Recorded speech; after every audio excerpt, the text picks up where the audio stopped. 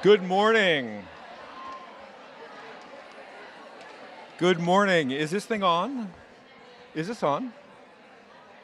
Good morning. Quick heads up. If you're missing a cell phone, we have it. The Uber driver who found it brought it back, and it's upstairs at the check-in desk.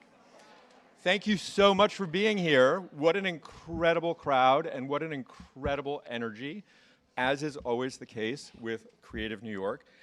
My name is Eric Lee. I'm the founder and publisher of Skylight.nyc. Skylight.nyc is an online magazine where we're reporting the story of the clean energy transition here in New York. But that is not why I'm here today. I am here as a very proud member of the board of directors of the Center for an Urban Future. If you're new to us, the Center for an Urban Future is a think tank, and what we work on is building a stronger economy in New York City and a more equitable economy, where we expand opportunity for all New Yorkers. CUF does a great job raising the visibility of underappreciated issues, opportunities, and challenges that are facing the city. And even better, when CUF writes a report, it doesn't just sit on the shelf. It informs and catalyzes the policies and investments of the city of New York. It's why a few months back, Cranes published a story about CUF titled, "The Think Tank Quietly Influencing New York's Top Officials." Much of CUF's work focuses on how to expand access to good jobs and expand the opportunity for people to climb into the middle class. But we know making progress towards that goal isn't possible if we're not also thinking about how to make the economy of the city strong. And the arts and the creative industry plays an essential part in that goal of maintaining a strong economy in New York. I think just everybody here sort of appreciates that. But the reason that we come back to this topic again and again is because sometimes the city's policymakers need a little bit of reminding about the issue. And that's why CUF regularly publishes reports shining a light on the vital issues and the incredible contribution that New York City's creative not-for-profits, creative businesses, and artists make. Last month, CUF published the third edition of Creative New York, a report that we publish every 10 years that provides a trove of new ideas and all backed up with very strong data about how the arts and the broader creative economy contributes to life in New York, and also about the challenges facing artists and cultural institutions right now. Just before the end of the year, we were thrilled that the report was covered on the front pages of the New York Times with the headline, "With Prices Soaring, Can New York Survive as a Mecca for the Arts?" An important question for today. As the article in our report made clear, there are some major challenges facing New York's cultural and creative sector, starting off with the affordability crisis that's hitting artists and cultural organizations especially hard. We're here today because this may be a unique moment to address these affordability challenges and build a stronger, more inclusive creative sector in New York City. We have amazing people coming to join us on the stage and drive this conversation. Thank you, everybody who's agreed to be a speaker today. Also, a huge thanks, oh, it's gone. A huge thanks to the funders who've made both the research and the publishing of the report and our gathering here today possible. The Rockefeller Brothers Fund, the Mellon Foundation, the Ford Foundation, and the Howard Gilman Foundation. Thank you very much. We depend on you for this work. And we're grateful for your support for the arts in New York more broadly. The Center for an Urban Future is run by our great executive director and visionary intellectual guiding light. He is Jonathan Bowles.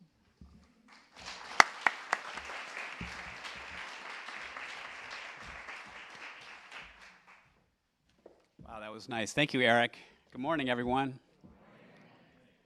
So I am Jonathan Bowles. I'm the executive director of the Center for an Urban Future. It is amazing to see all of you here today. I sincerely apologize for those of you that are standing or having to stand.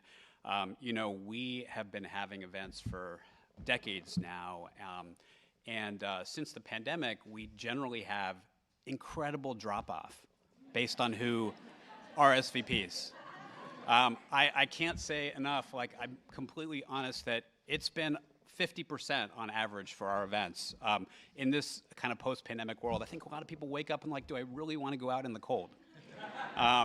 But clearly, this issue and these issues that we're tackling today resonate, and this community that's here today, I think, you know, is so invested and so committed to really kind of this arts community that we have in New York. And I think that there's a moment that we're in right now where we feel like maybe things are possible. Maybe the challenges that we've all been grappling with for so many years, maybe there's something we could do with it, about it, and just maybe we can kind of get to some of those issues today. So, so anyway, thanks so much for being here, and again, apologies for the seats. Can I just get a hands, like, how many folks are artists in the room today? That's amazing. How about anybody here working for an arts organization, a nonprofit? Wow. All right. Well, you know, Eric started or ended by thanking our funders, and I wanted to do the same today. Right now, big thanks, because it wouldn't be possible to our report and this event without them. Rockefeller Brothers Fund, the Mellon Foundation, the Howard Gilman Foundation, and the Ford Foundation. But I also want to thank so many of you in this room and the great arts organizations that are out there, because our report, you probably got a call or maybe 3 calls from my team. You know, we wrote this long report, Creative New York, and that was completely informed by the conversations we had with so many of you and many others in the arts community.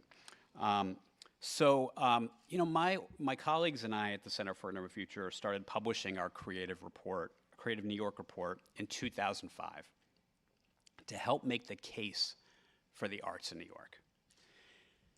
And while a lot has changed with our city over these past 2 decades, it's still as true today as it was back then.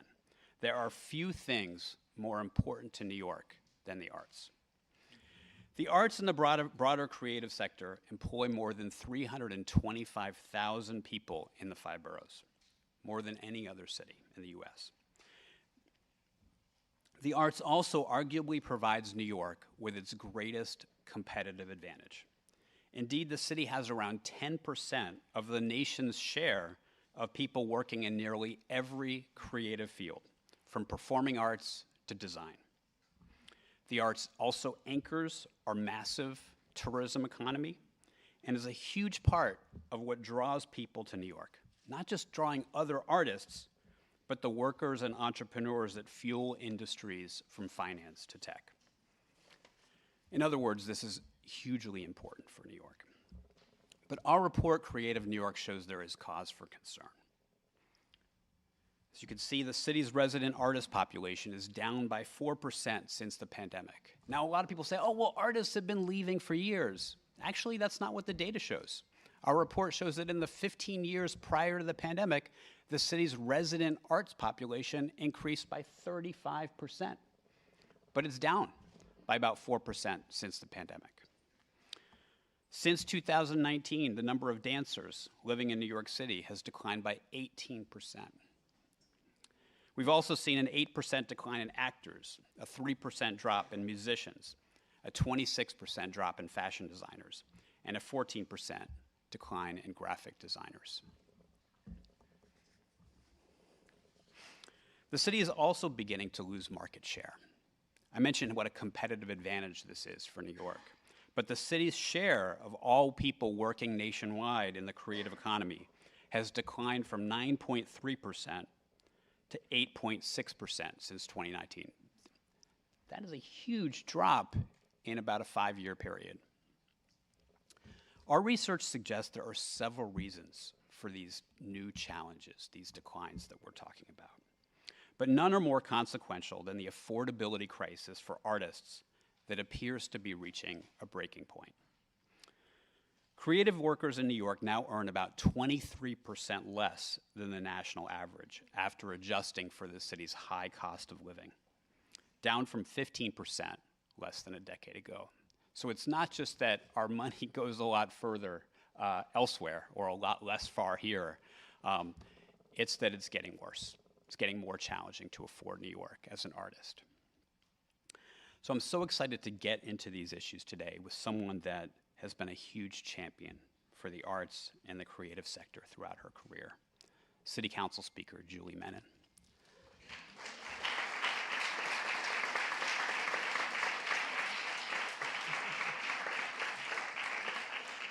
You know, I was hoping to time it so that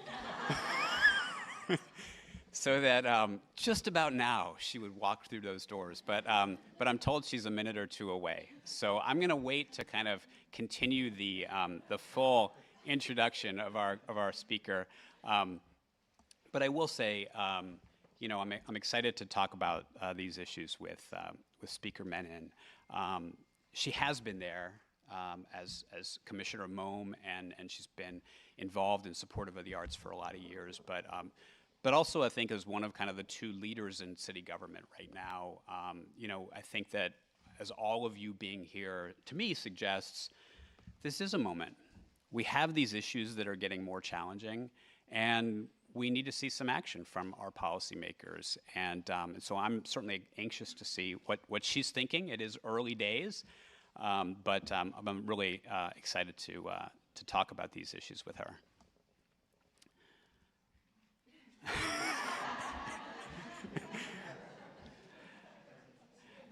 Let me actually say a word about the timetable for today. So we're gonna go to this fireside chat with Speaker Menin. From there, we're gonna have this amazing panel discussion with 5 really amazing New Yorkers and leaders in this community.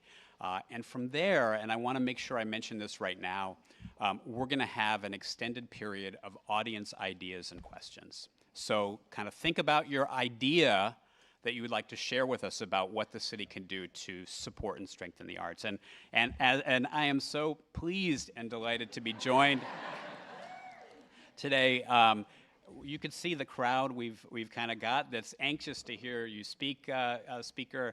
But as I mentioned, you know, I mentioned some of the challenges facing the arts and the creative sector, but we are so fortunate to be joined here by someone who, throughout her career, has been such a champion for the arts and the broader creative economy.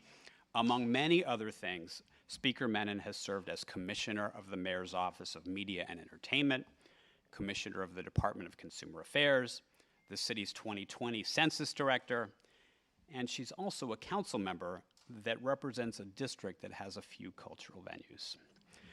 She's been an innovator in all of these roles, and we're so thrilled to have her today. So please join me in welcoming Council Speaker Julie Menin.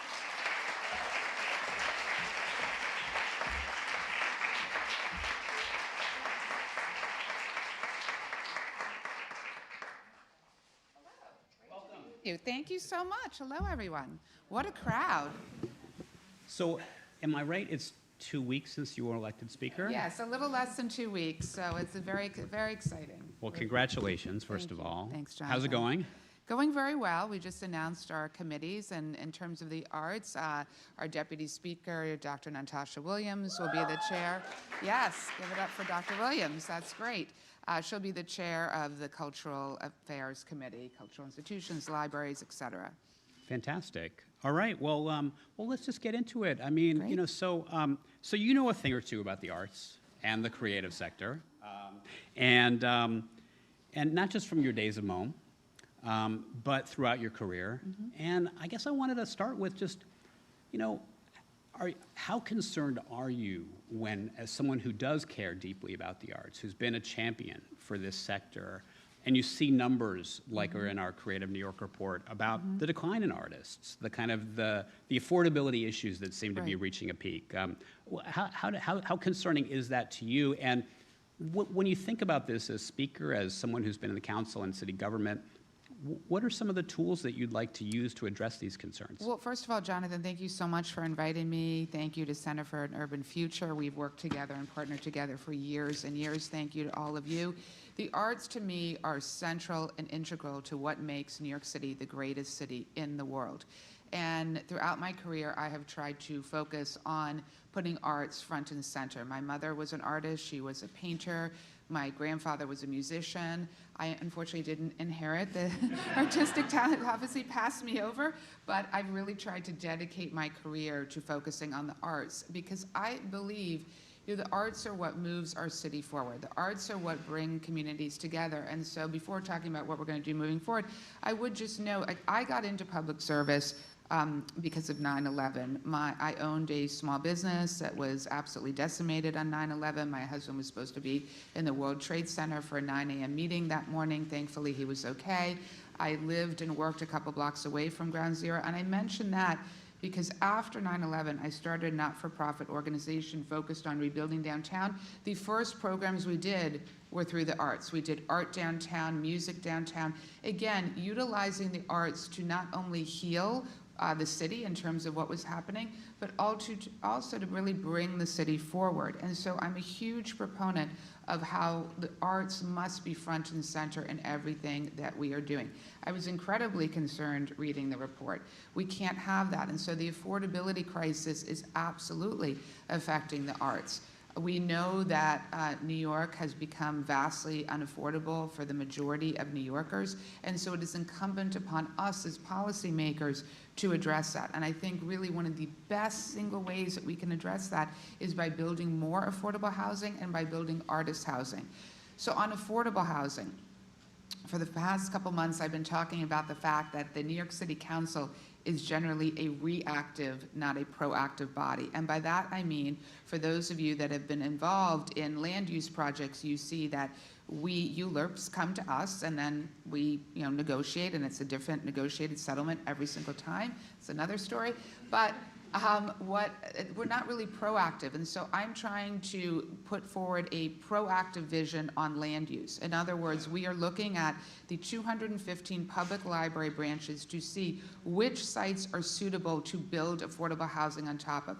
Not every site will be suitable, but many will. Thank you. I hear applause. Thank you.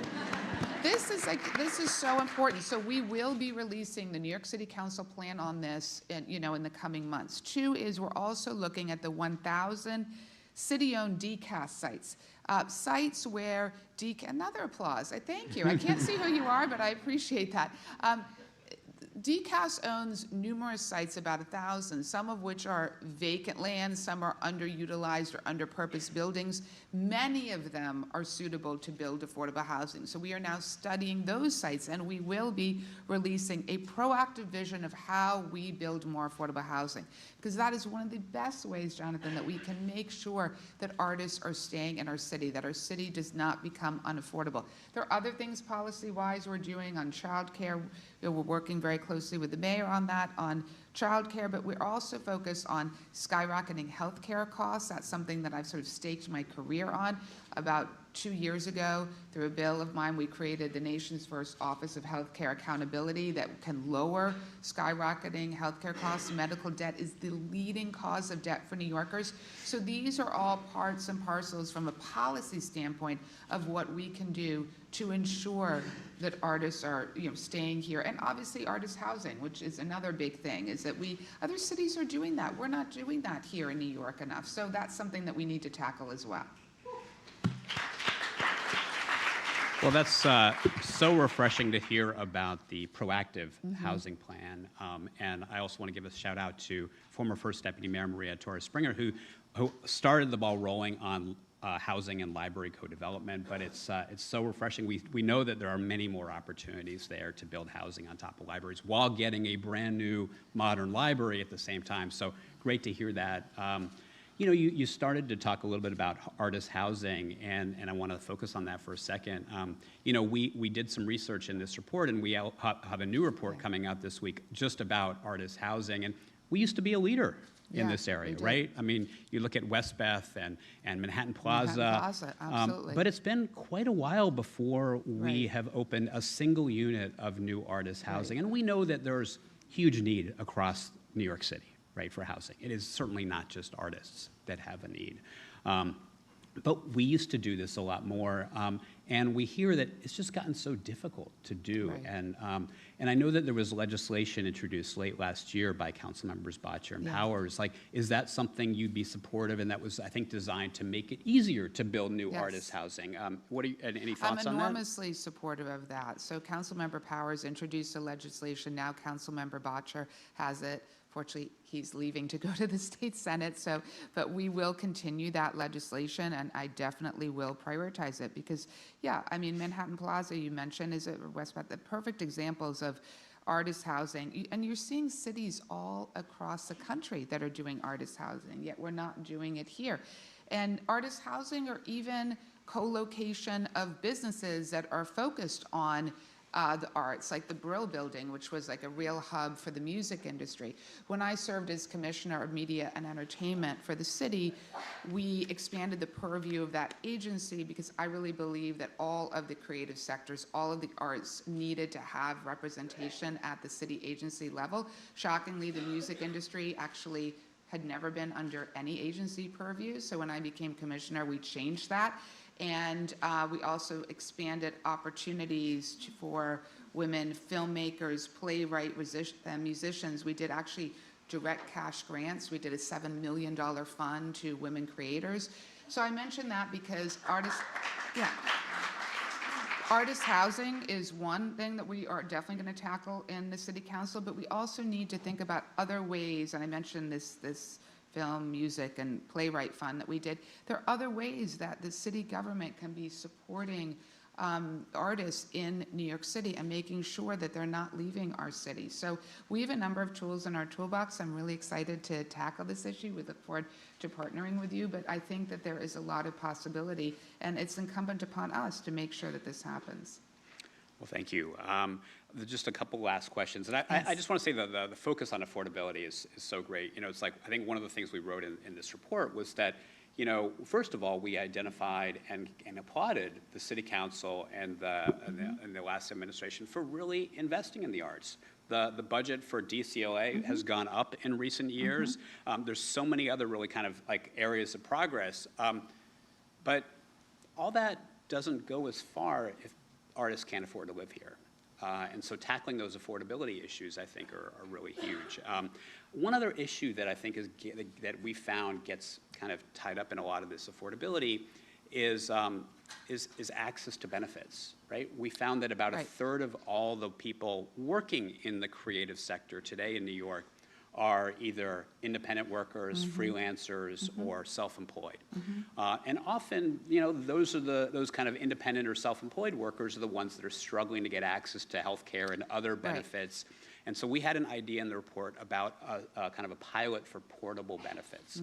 I'm curious, like, was this something that you kind of tackled when you were at Consumer Affairs, or if you have any thoughts about portable benefits? Absolutely. So I previously served as commissioner of the Department of Consumer Affairs, and I was commissioner when we morphed the agency to tackle worker protection. Traditionally, the Department of Consumer Affairs was called literally the Department of Consumer Affairs, but we had a belief that we should be doing more on worker protection. So, for example, we implemented and launched a paid sick leave law, the living wage law, commuter benefits law, the car wash workers bill, the Freelance Isn't Free Act. The Freelance Isn't Free Act was really important because that, when we launched that law, that was a real opportunity to make sure we were protecting freelance workers. We also, when I was Media and Entertainment Commissioner, launched the Freelancers Hub in Brooklyn.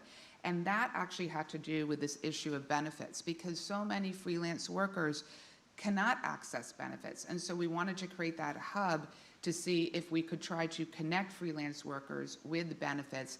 But the portability issue is something we definitely need to tackle. Because again, if you're a freelance worker, it's really difficult. First of all, oftentimes you're not being paid on time, which again is a Freelance Isn't Free Act. So we need to make sure that that act is being like really strongly enforced because so many freelance workers are getting delayed payments or their payments are not what they are supposed to be contractually. So again, we want to make sure that the Freelance Isn't Free Act has a proper enforcement. But two, on the benefits issue, yeah, we definitely need to look more into this portability issue. And I think it's something that we could explore, what can we do legislatively to tackle the issue. I think now that we have DCWP, the Department of Consumer and Worker Protection, we finally really have an agency that can help to enforce some of these. So I look forward to working with you on that issue, because I think it's actually a real area of opportunity to protect freelance workers. Well, that's so great to hear, and I know this is the first conversation, not just with the Center for Urban Future, but with the arts, right? Or one of the first conversations, and it's really exciting that you're so open to these ideas and supportive of this sector. Any last thoughts you have that you want to share before you I do. I mean, to me, the arts are what makes New York City go round. I mean, I can't emphasize that enough. And as I was coming here, we're heading into the 25th anniversary of 9/11, and so it made me think about this, that I was very involved after 9/11. I served on the Lower Manhattan Redevelopment Board and served on the panel that disseminated the funding for the arts. So that was something that was deeply important to me. We supported so many different arts organizations through that funding. But also, and I served on the 9/11 memorial jury that picked the memorial for 9/11. One of the things that was really important is we built the World Trade Center Performing Arts Center. And I mention that because there were many people who said, well, why? And I was really one of the lead champions for it. And I was one of the 5 founding board members, because at the time, there was a belief that instead the Lower Manhattan Development Corporation should be giving that money for other uses. And I went to bat to ensure that we created an arts center at Ground Zero. And the reason I went to bat for that is because it's my strong belief that it is, again, the arts that heal people. It is in very divided times, and we are in some of the most divided times in our country that we've ever seen, where so many rights are under attack. It's a very alarming time. It is the arts that move our communities forward. It's the arts that heal. It's the arts that bring people together. And so the arts must be front and center in everything that we do.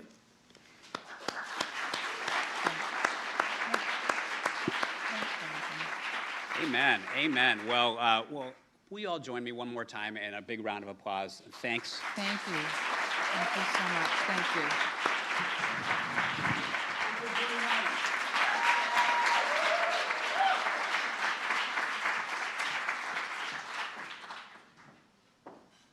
That was amazing. We're going to move it right along, and now my colleague Eli Dvorkin's going to come up, and if our panel can all join us on the stage, that would be great.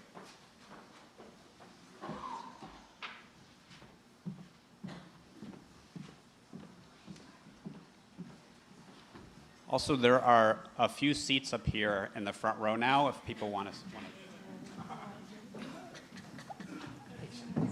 Great to see you.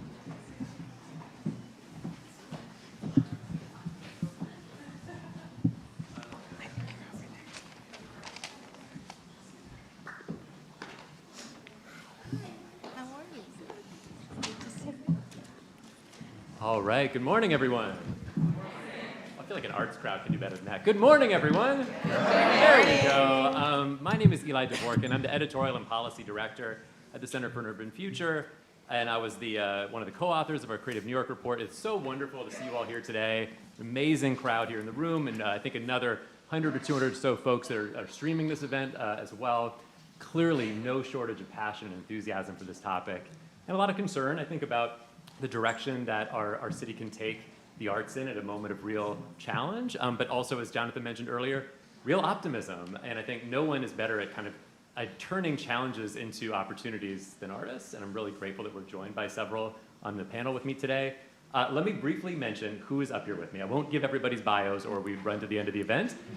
You can see them all in your programs, but it is such a pleasure to welcome them all up here to join me for this conversation today, starting to my right with Maria Torres-Springer, who is the president and CEO of the Charles H. Rebson Foundation, former first deputy mayor of New York City. Maria, thank you for being here. And I really can't do the whole bio for Maria. That would be too much.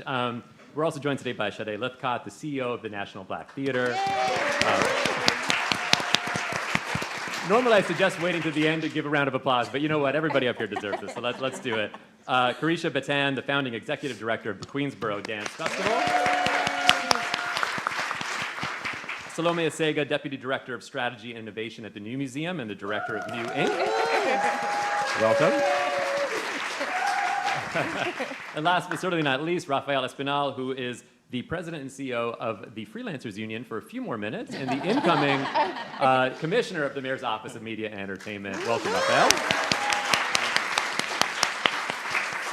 Well, it is so great to be here with all of you today, and we're thrilled to dig into these topics in more depth, to hear your ideas for where the new administration can move arts policy forward. And as a Center for an Urban Future event, we really want to focus on ideas, and I think now is the time, at the beginning of a new year and a new administration, to really help put concrete, achievable ideas on the table for city and state government, for folks across the policymaking community, to help them understand how do we catalyze this moment of energy and optimism, but where the red warning lights are undeniably flashing. And so let me just start by kind of setting the table a little bit. As Jonathan mentioned earlier, our Creative New York report shows that, of course, nearly every New Yorker is feeling this affordability crisis right now. But arguably, there are a few New Yorkers who are feeling it more intensely than our artist community. Our artists, our creative workers, our cultural nonprofits, they have all seen, since 2019, incomes relatively flat or even declining, revenues shaky, maybe a little lower than where they were 5-6 years ago, as expenses have ballooned. By one measure, we talked to Arts Pool, an organization that provides back office services for arts organizations, and they shared with us that among the nonprofits that they serve, expenses were up over 60%, revenues were up about 2%, and that's since 2019. And I don't think that's unique to the couple dozen organizations that were part of that survey. We are hearing this all over the creative economy, from small for-profit creative businesses to arts nonprofits and artists themselves. And one consequence of this is we have seen a decline in our resident artist population in New York City, something that I really never thought I'd see. For decades, our artist populations continued to grow, even as all of us who are either artists or friends who are artists kept hearing about, look, yeah, but it's so expensive here. We're moving to Boston, to Berlin, we're moving to Baltimore, we're going to Mexico City. What I would say in my experience is that they always came back. They kept coming back to New York City. They could not deny that this was where they could feel most creative, most at home. And something has shifted since 2019. We've seen, I think, a couple of things. One, our artist population has declined by 4.4%. Our overall creative workforce is down about 6% in New York City. That doesn't mean that all those folks just left New York City. Folks have left the arts. They're working in other jobs just to make ends meet. They've left the creative industry. Artists who had a day job in the creative economy now aren't making a living from either. And we've seen this across all 5 boroughs of New York City.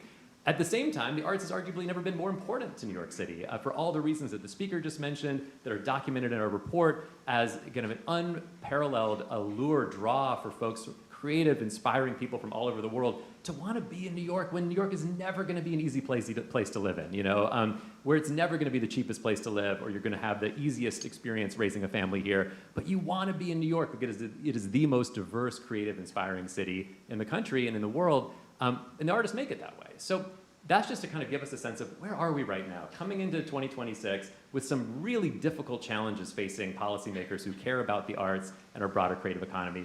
With that as the context for where we are today, Maria, I'd love to tap you in. And I want to ask you a little bit about, you've been advising a new administration with a new mayor who has said that he wants to govern audaciously. I'd love to get your thoughts about how should we think about an audacious approach to supporting and strengthening the arts in this moment? Great. Well, I think it starts with recognizing first what is really at stake, and some of the notes have been mentioned, but I think it's worth just reiterating that this is not just a matter, an issue, a challenge, a problem of cultural vitality. It is really central to the city's competitiveness. It's central to equity. It is central to, in many ways, our identity. And so the audacity requires a form of honesty.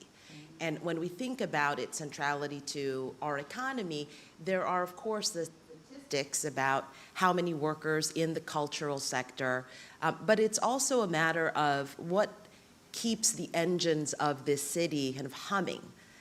When artists leave, they are an early warning signal. They are usually the first to leave, but they're not the last, right? And so I think reckoning with the loss that comes, it's not just an economic loss, but is an identity loss for New York City when these trends continue and get exacerbated, is key to that audacity. The other part of this is really asking ourselves, what is it that we want to become or continue to be? A city of strivers and dreamers and makers, or a city only for consumers? So to be audacious means being honest. It means asking that question and then really trying to answer it. And then, of course, it means making sure that those responses don't just work on a panel because there's kind of, it's rhetorically kind of interesting, but because you're going to make it real on the ground in terms of your budget, your policies, and your programs. The big shift that I'm hoping that this administration makes is to think of this issue not just as what's the next boutique program, or frankly, not just what is the budget of DCLA. And it's great, glimmers of hope. They've been historic highs, but that's clearly not enough. And so audacity means thinking about scale, thinking about integration, thinking about the work of nurturing and protecting and expanding our cultural sector as the work of every single agency. Yes. And finally, it's not a stretch, because sometimes sectors wonder or communities wonder, well, the things that I care about, will this administration care about it? I don't think we should wonder about that. Affordability is the agenda for the administration. And so audacity means taking that overall agenda and really understanding how affordability affects cultural workers, cultural institutions, in all of the ways from housing to rehearsal studios to the rent for those studios to benefits, and then methodically and maniacally executing on that. What if there were a city of yes for artists? So it's not just in some ways it's a little bit of a vibe because it's aspirational, but behind all of that should be dozens of strategies and policies that, again, are maniacally executed because we want to be a city of dreamers and makers and not just consumers. Thanks, Maria. Well, I feel like that's kicking us off on exactly the right note. I'd love all of your help with a couple of the things that Maria just pointed out. I mean, first of all, maybe we spend a little more time establishing how is this affordability crisis showing up in the arts right now. And then absolutely, let's start talking about that audacious agenda that we execute maniacally. But Carisha, let me bring you in to just help us understand a little bit more. How is the affordability crisis showing up in your life, in the life of the artists that you work with? What are you seeing on the ground right now? In my life, so the majority of the communities that we serve are Queens artists, and we feel it very acutely. It is on the ground, so much so that whenever we do our call for artists, when we have our performances, sometimes companies have to leave. They have to move out of town because they simply, it's, to quote one of our artists a couple years ago, it's just simply too hard to live here. It's too hard to get a job here. I can't sustain it. And so they have to chase their dreams somewhere else, to your point about being a place where dreams can be nurtured. The strain will intensifies for our independent artists, our dance companies. The majority of dance companies, and I think this is also reflected citywide, are operating on shoestring budgets, often right out of their own pocket. So the strain becomes very real, and they want to continue to create work, they want to continue to connect their work to audiences, but they simply can't afford it in a sustainable way, so they're taking on more jobs. It's pulling them away from their creative time. It's pulling them away sometimes from, as you mentioned before, from the arts and culture sector overall. And when they're looking for other jobs in other related fields, such as education and wellness, and even social services, there's also a lack of jobs there.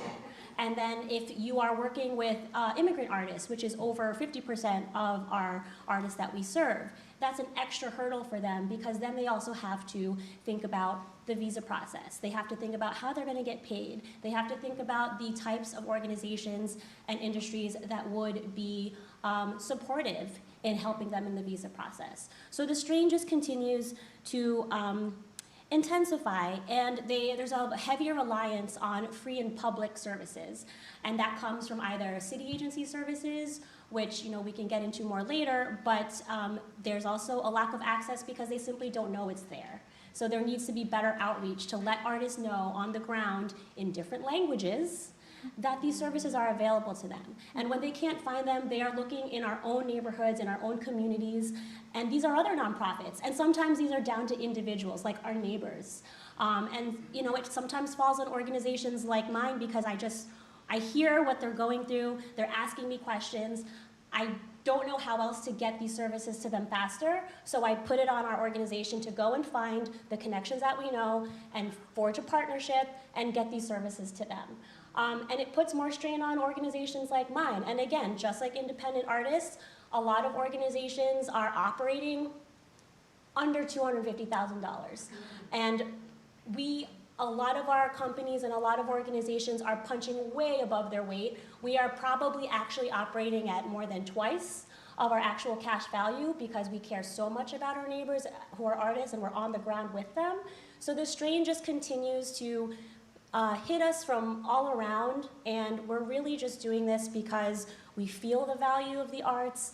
It truly heals our communities, it truly heals ourselves. It's the way that we can process and storytell and represent who we are as people in different cultural communities in Queens, because as we know, Queens is the world's borough, so it's very important that we have these types of underrepresented cultures are visible and have a platform. So I'm gonna stop talking. Awesome. Thank you, Carisha, and we will come back to you, so don't worry. I will get more of those thoughts. I want to bring you in, Raphael, because one of the other dimensions of this affordability crisis that our report really surfaces is the growth of freelance work in the creative economy. I mean, really, almost every industry in the creative sector has declined since 2019. And we'll get back to that too, because as Carisha pointed out, if we don't have jobs that artists can get, the whole sector suffers. But one of the challenges I think that's really grown is that the one, if you will, bright spot in this time of a pullback has been the growth of independent artists, writers, and performers. That category is up almost 66% over the past decade, and the number of freelancers in the creative economy is up over 10% since 2019. But I say bright spot sort of with quotation marks because there's a lot of challenges that come with an economy that has shifted more than ever before from full-time employment to freelance work. Folks may still be in New York City, but they're no longer employed full-time. They've started a business, but it's feast and famine. Some months are good and some months are really hard. So I'd love to get your thoughts about how is the affordability crisis affecting our booming freelance workforce in the creative economy, and what are some things the city could do to address that? Yeah, absolutely. I mean, I would say that there has been a boom since the COVID-19 pandemic. We've seen the number of folks who decided to turn to freelance work for many reasons. Either they were forced out of their jobs or they made a decision to leave their jobs, especially during the Great Resignation, because they wanted the flexibility that freelance work brings to them. That number has grown exponentially since then. But with that, there is a lot of precarity in how they're working and how they're able to sustain themselves in our city, especially when we've seen in that same time frame, for example, the cost of healthcare go up year by year on average by 7% every single year. This year alone, just with the subsidies expiring last month on a federal level, healthcare costs have increased by over 100% on average in the past month. Over 1.2 million Americans are going uninsured as we speak currently because they can't afford the cost of healthcare. And when we speak about healthcare, we are speaking directly to the independent workforce, directly to those artists who depend on the federal marketplace to access those benefits, right? So we as an organization have been thinking a lot about the issue of affordable benefits, right? How do we tap into new models to increase affordability to those basic benefits to ensure that people have access to paid leave, have access to healthcare, have access to disability insurance.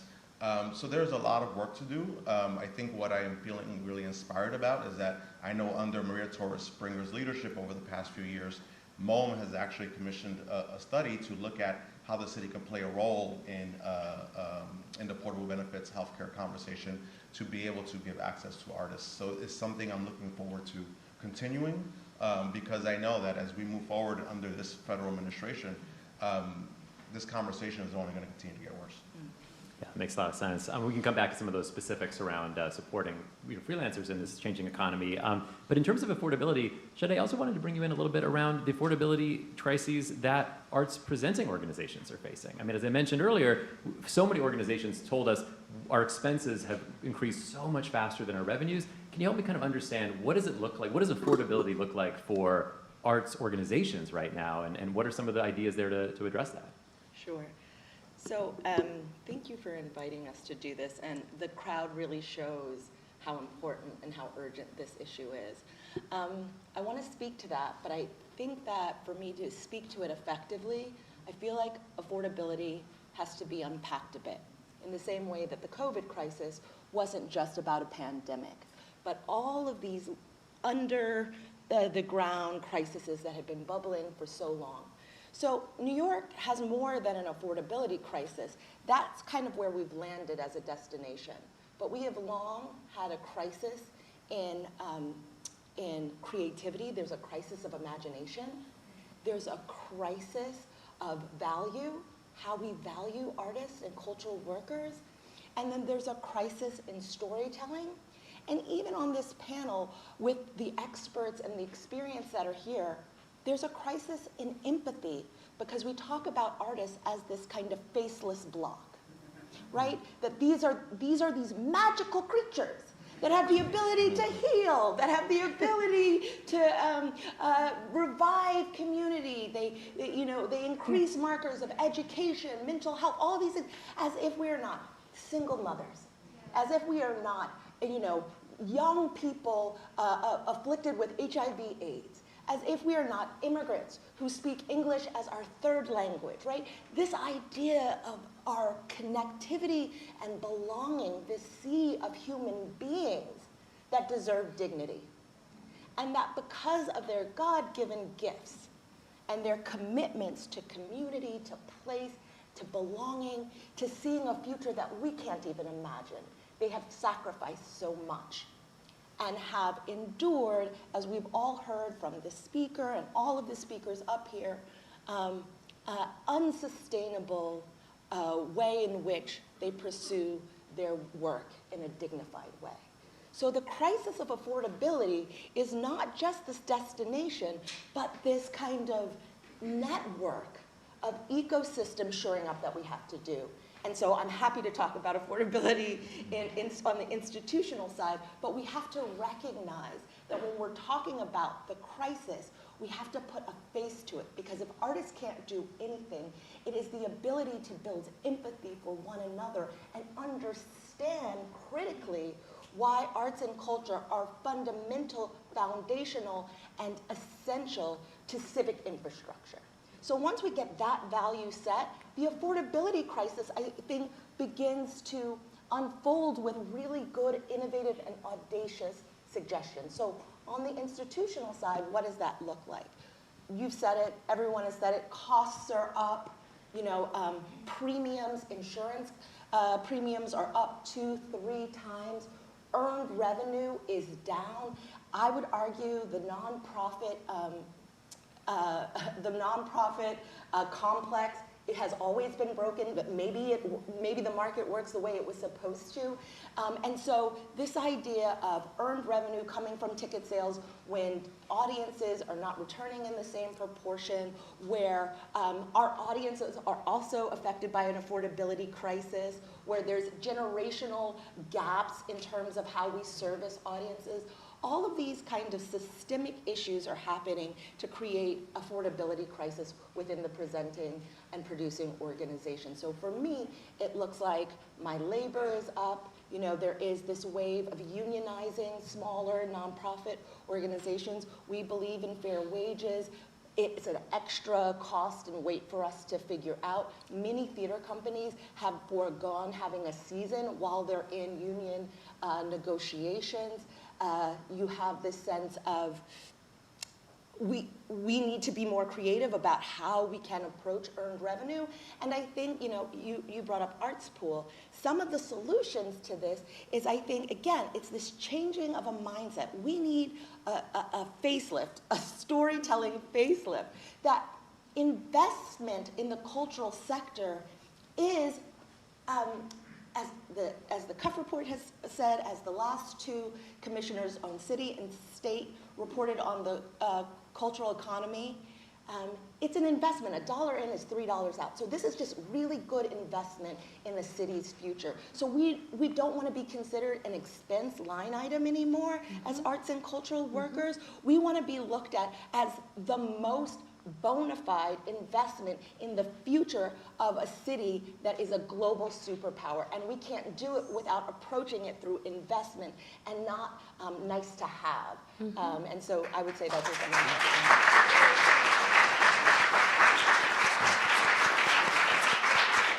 Thank you, Shuttered. Really powerful thoughts, and I think a great segue into something I wanted to bring Salome in to help us talk about, which is as we steer this ship of this conversation towards some solutions, and we'll solve all these problems in the next 40 minutes, I think. But we got it. but you set the table, Shuttered, in a really powerful way, in part because I think you're getting at so much of the ways in which culture has been funded are breaking down or have broken down. And building that back up will require different thinking about what an economic development policy that supports and strengthens the arts really looks like, right? I mean, you're starting to kind of set the table there, Shade. And Salome, I want to bring you in on this because one of the other bright spots, I guess I would say, in this really challenging time has been the entrepreneurial creativity, vision of so many of the artists that I've gotten to talk with and meet, and artists that I've known for many, many years, many of whom have said, we're really tired of applying for grants that don't pay the bills, that keep us on this revolving hamster wheel, and who are increasingly, in our experience, but also as our report showed, turning to self-employment, but also to entrepreneurship and looking for new economic models to help make this work. And I'm really struck by, I think, what you've really led as an expansion or even a shift at New Inc., which is, to me, seems increasingly focused on helping creative practitioners develop these sustainable practices, figure out what does that look like going forward. I guess I'd love to bring you in as we pivot towards solutions, talk a little bit about what's working right now. I mean, if you see that as a shift that's really underway, how can policymakers support that, expand that? What do you think we could be doing more of that would learn from those experiences?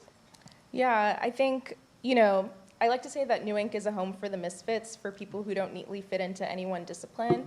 And it's a great benefit to our institution that we support this kind of thinking, experimental thinking, early on in someone's career. I think, there's some New Inkers in the room too, so I'm like, I might shout out some people. Yeah.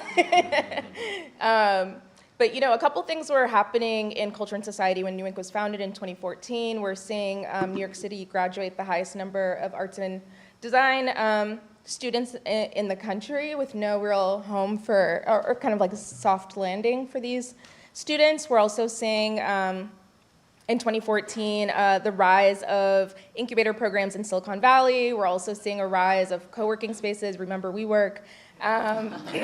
So our founders and senior leadership team and board very generously thought, like, how can we apply some of these new entrepreneurship models we're seeing being applied in technology to the arts and culture sector? And so New Inc. was founded with a strong professional development program and mentorship offering. And, as our relationship to technology and business has evolved in the last 10, 12 years, so has the program. And so I think a lot of the people who are in New Inc. now are entrepreneurship curious, right? But also, you don't know what you don't know, right? And so a lot of what happens in our program is that we share the rules, but we also think about how to break the rules.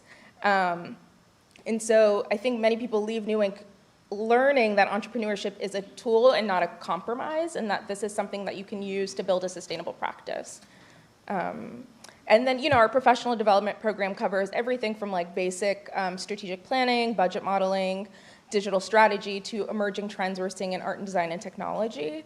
So kind of coupling, like bread and butter learning with future-facing co-creation. That's awesome. Thanks, Salome. And let me just ask you one quick follow-up question. And when you think about the practitioners that you've had to work with, is there one or two that maybe stand out to you as examples of kind of some of this creative thinking that we should all be maybe taking some lessons from or inspired by? Totally, yeah. It's impossible to pick favorites, but in New Inc.'s 12-year history, we've helped to create nearly 400 businesses or nonprofits. We've helped to create over 700 jobs. New Inkers are really good at raising money for their initiatives. They've raised nearly $30 million over the course of the last 10 years to support their projects, nonprofits, and businesses. A couple favorites, this will get to the misfit energy of the program. A duo named Mischief came into the program. Their application was about a speculative meat product. This is going to be gross for the morning, but a speculative meat product where they were growing lab-grown meat from sample tissues of celebrities. And so it was as if you could get so close to your favorite celebrities you could eat them. And someone approved that application, was like, yes, great. I love this, because Mischief has gone on to be now a 25-plus person commercial studio based in Brooklyn, and they're valued at over $20 million. They've produced product collaborations with, Spike Lee, Lil Nas X, and many, many others. They're viral. Maybe you've seen the big red boots on social media. That's them. And then, of course, Kinfolk Foundation is another superstar alumni project of New Inc. When they were in the program, they were called Movers and Shakers, but engaged in a contemporary conversation we're having around who we celebrate and memorialize in public space. And so they have created these augmented reality layers, monuments that replace existing monuments with people we should instead be celebrating, and have grown tremendously, again, in terms of scale, size of team. They've received major funding to grow from a local New York City initiative to a national initiative. For, many of their funders are in this room, including Mellon Ford. So, I can go on and on. I love so many of our New Inc. I'm a New Inc. alumni. Awesome. I love those examples. I think it's just helpful for folks, in the room, and to contextualize this conversation. As Shade pointed out, artists are people, and also to have some context for, the incredible diversity of projects and creative thinking that happens right here in New York City, but also how we can help sustain and grow those things. Raphael, I wanted to bring you back in on this because part of the challenge that we've been talking about today is the decline of jobs in the creative economy, and that really affects artists deeply, who in many cases depend on those jobs. But obviously, it's a warning sign for our whole city. For a sector that's has a larger creative economy than any other, and I'd love to talk to you a little bit about maybe you can take freelancers union hat off and your incoming commissioner hat on, but one of the real declines that we saw in our report was in film and TV. A really stunning decrease in the employment in film and TV in New York City, a sector that has basically doubled in the decade prior to the pandemic, and created a lot of jobs along the way. And so I wanted to get your sense, Raphael, we're not just seeing it in film and TV, that's down 19% since 2019, but also in advertising, down 15.7%, in fashion, in design. What do you think we need to be doing differently to help grow the jobs in our creative economy? And as you mentioned, I think when you were announced as the incoming commissioner, you talked about we need to be creating good jobs for New Yorkers. That's part of an affordability agenda. What are some initial thoughts about how do we actually kind of re-spark job creation in our arts and culture sector and our broader creative economy going forward? Yeah, thanks for the softball question. You have 1 minute. No. But as I mentioned at the announcement, as the mayor has as well, of course, the approach we're taking is a worker's lens to the agency, right? How can the agency look at how do we create more jobs, good paying jobs, union jobs, to create more opportunities so that we can combat that decrease in the amount of jobs that we've seen that your report has cited. And of course, we can also speak to the film industry and the tax credits they've received, but I don't think we're going to be able to tax credit our way out of this situation, right? There are many other states who are competing just as well as New York with their tax credits. People are moving to New Orleans, New Jersey, Georgia. So we're going to have to look at, do a deep dive within the agency and see how we can become more frictionless to signal to the industries that we are open for work. I like something that Maria said earlier, the city of yes for artists, right? The city of yes for creative economy jobs, right? How do we modernize our internal systems so that the permitting process becomes a lot easier? But beyond supporting the industries, how do we look at creating pipelines so that folks who historically were left out of these creative job opportunities finally have those opportunities? I grew up in East New York. I didn't have no idea or sense on how I can get a job within the film industry. How do we use existing infrastructure like the Workforce One Center to create a space where all of these creative jobs that exist in our city can be easily accessible to all New Yorkers, right? But then of course, we have to work with our communities, and it's something I've been thinking about deeply because, as you all may or may not remember, I created the Office of Nightlife thinking about these same problems about how do we support and bolster our nightlife economy while taking a three-pronged approach of supporting our communities, supporting our businesses, and supporting its workers. And it's the same approach and lens that we'll be taking when I come into MOM, when we look at the film industries and all the creative industries under our portfolio. That's great, Raphael. And shout out, I think, it's awesome folks from Absent Nightlife here in the room. It is another bright spot, I have to say. It's never been a better time to go out at night in New York City than today, and that work has helped us get there. Maria, let me bring you back in to think a little bit more about what else belongs in the city of yes for artists. I mean, I love your framing here. And, one of the big recommendations in our report was really about an arts-focused strategy across city government. So what are the other agencies that comprise 99.75% of the city's budget, with a quarter going to DCLA? What can all those other agencies do more of or do differently to integrate the arts and the cultural sector into their policy planning? And maybe we could start with housing, because we certainly have seen that maybe no crisis is affecting, art affordability challenges affecting artists more than the housing crisis. And you've been, one of the city's greatest champions of affordable housing for many years. But we also are in a time now where we haven't built any artist housing in about a decade. So is that a component of the strategy that you'd like to see moving forward? Any other kind of top-level thoughts about where other agencies can maybe step up to support an integrated arts agenda?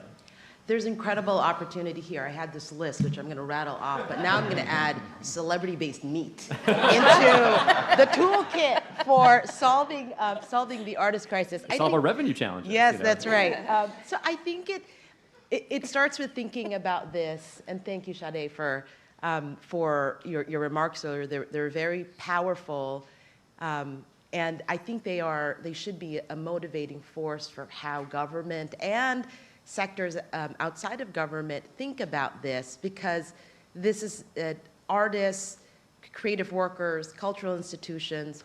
I think too often it feels ornamental or a luxury, a nice to have. We say these words, it makes New York dynamic and vital, but we need to start thinking about it as infrastructure. And if you think about it as infrastructure, then what that means is the City of Yes for Artists isn't just a matter of grants and grant programs from a couple of agencies. Then you really start implicating all of the tools of government, of course, including funding, but also land use, workforce programs, the capital budget, city-owned land, and you think about all permitting, all of it. You think of all of the levers that government can pull, and those are levers that are pulled by different agencies, and you put those to work. Of course, you have to start with housing. It is the number one existential crisis, I think, and have thought, and will continue to think until the crisis is solved, that it's the defining task of this generation. And building more housing, it has to start there, because too much of it otherwise feels like the Hunger Games. Is it artists for housing, or is it housing for artists, or is it housing for the formerly homeless? Is it housing for seniors? These are choices that are very tough to make when you're a policymaker. So we have to grow the pie. And because I don't want this to sound like an excuse, then we have to think creatively about what does artist housing look like today? Does that look like thinking about our city-owned land and really developing more models that would include artists, prioritize artists? Does that include, with all of the RFPs that go out, having really prioritizing, incentivizing, requiring artist housing? Does that mean really mining the models across the country and globally for what has worked in these contemporary times? Does it mean live workspace really at scale? I think we need to broaden the aperture of this question and make sure that it's not just focused on artist preference in the lottery system. Because I know that has been a question for a long time. And the legal issues there are real. The trade-offs are stark. I mentioned some of the communities. And so we should continue to understand how that might work, but really broaden it. And then that's just housing. So then you have, my age is really showing here.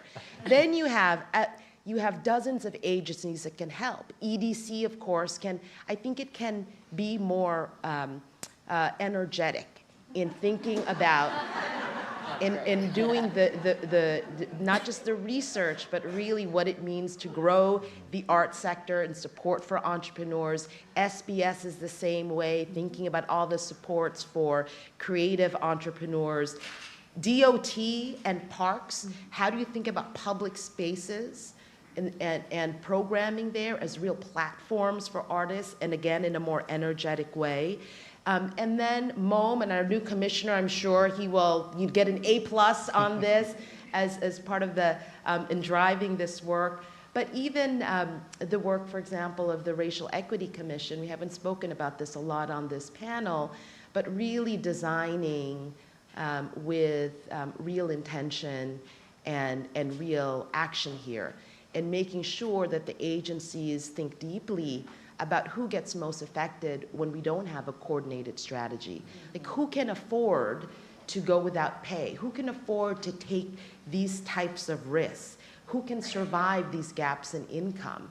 And making sure that that is a lens that really every agency has. But I think the overall here is thinking about this not just as a loose federation of well-meaning programs, which too often government does, and they are great programs. And I'm proud of a lot of these programs, and many here created them, drove them. So no disrespect to those programs, but we have to think about it in terms of a coordinated, kind of real ecosystem of how government can be as energetic and as aspirational, as Sade's words earlier, in not just saying that cultural workers and institutions are essential, but in their actions really giving the impression that they're undervalued, right? So really making that shift in mindset and in action, I think, is key. Love it, Maria. Thank you. And celebrity-based meat. See that as a real through line of this conversation. So thank you, Salome. I wanted to underscore one of the many great points you just made, Maria, including some of the equity considerations here. I mean, our report also showed that artists of color in New York City earn about 23% less than white artists do across every discipline. Some, the gap is even wider. We also showed in our research that coming out of the pandemic, that arts organizations that were located in and accountable to communities of color were much more likely to lose their permanent homes, during the pandemic. About 25%, our research showed, of all of those arts organizations lost their venue in the pandemic, compared to only about 12%, otherwise citywide. So we see these inequities kind of time and again.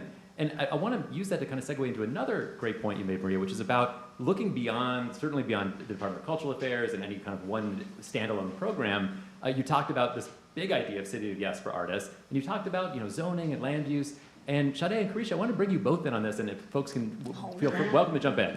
I know you've thought about this, but to say we are undoubtedly going to see both new efforts at neighborhood plans and neighborhood scale rezonings in a new administration, and I would venture to guess a very different approach than we've maybe ever seen before, with some potential opportunities to rethink how the city approaches those changes.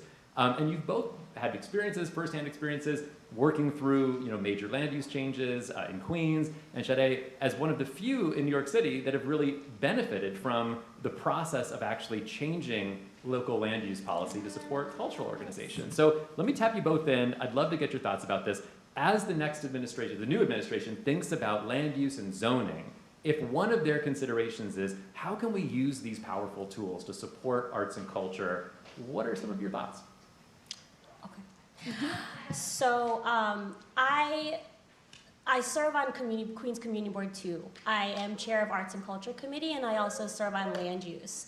My very first vote on Community Board was Amazon HQ, which I will tell everybody now I was not for it, because I believed so strongly in the power of our community to be able to create our own ecosystem and economic sustainability from within the existing structure, that I wanted to see how we can give that public land a chance, because that was public land.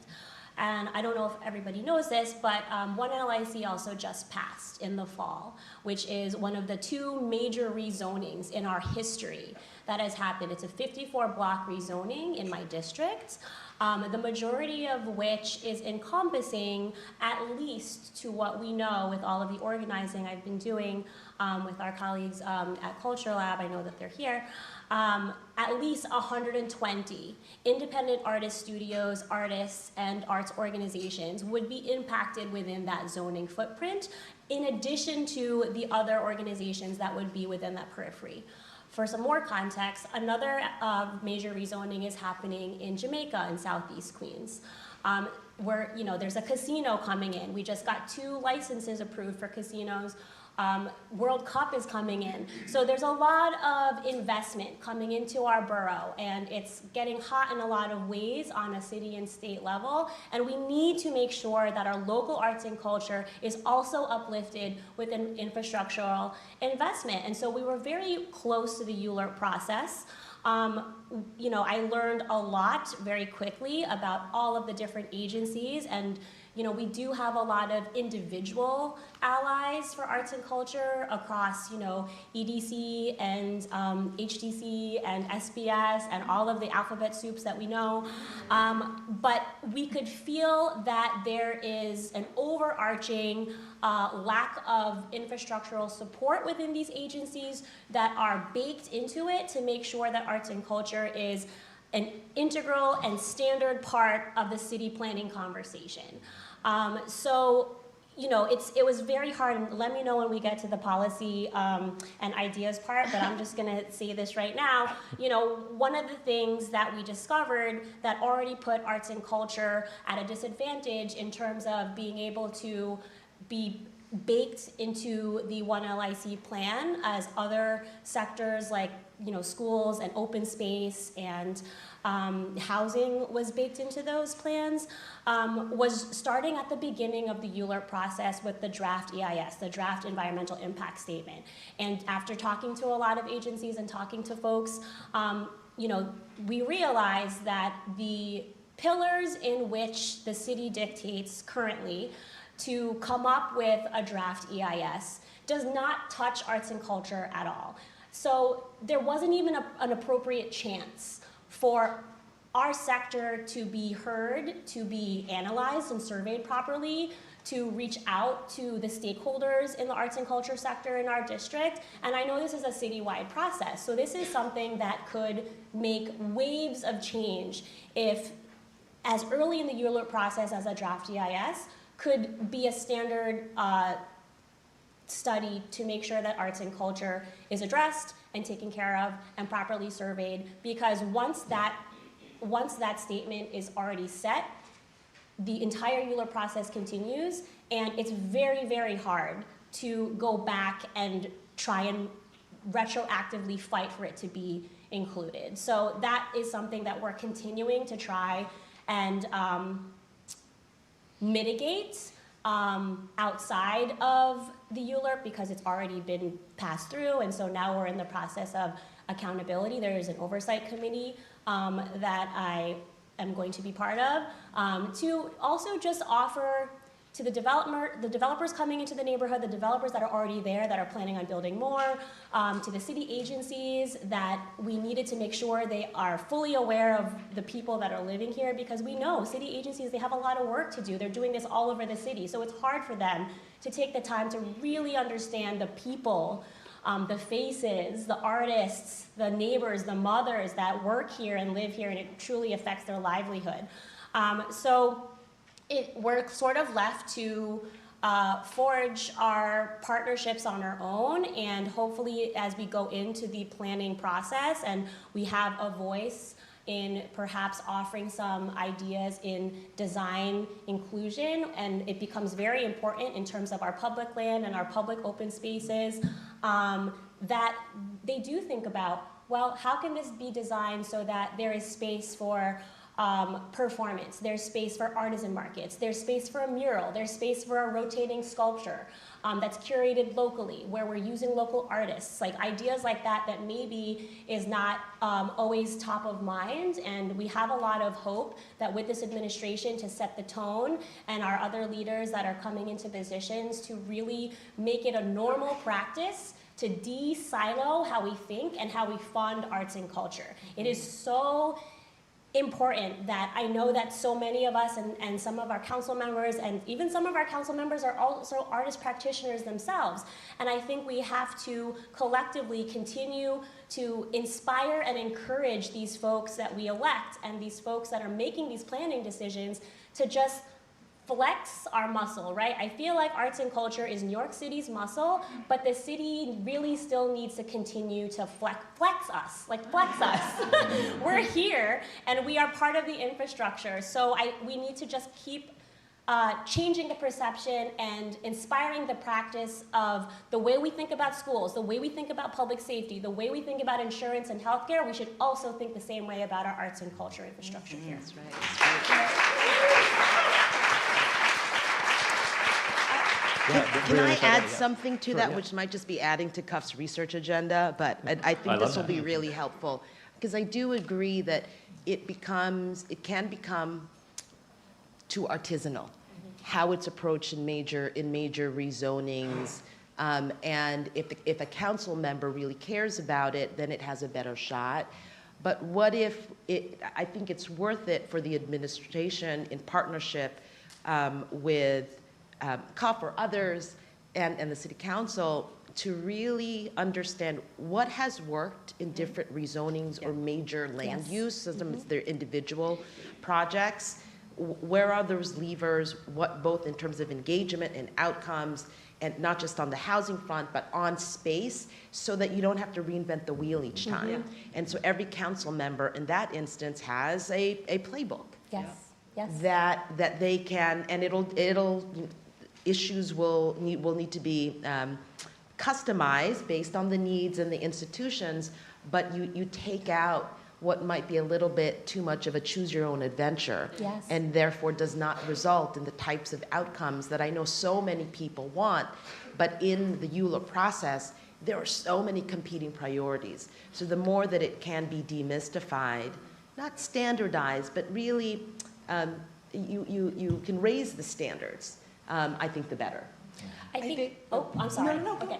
I agree. And one of the things that we wanted to do as a community that was really trying to advocate for this was look at the precedents. Everything we were asking for, in our eyes, had precedents. We talked deeply with people who did the Gowanus Arts Project. We studied 125th. We studied what happened, back in the day with the zoning.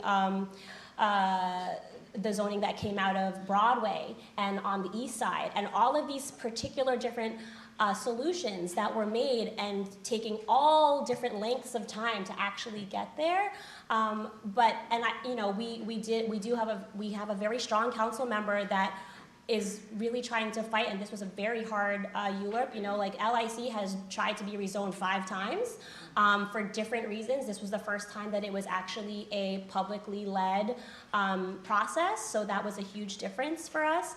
But I think whenever we came back to the table with these city agencies and said, well, look, what about what happened in Gowanus? Look at what they did. What about 125th Street? Look at what they did. Why can't we do this here? And it was just a lot of, it's out of our scope. It's already been studied, so we can't go back and change the scope of study, which is why I was like, well, we need to get this at the beginning of the process.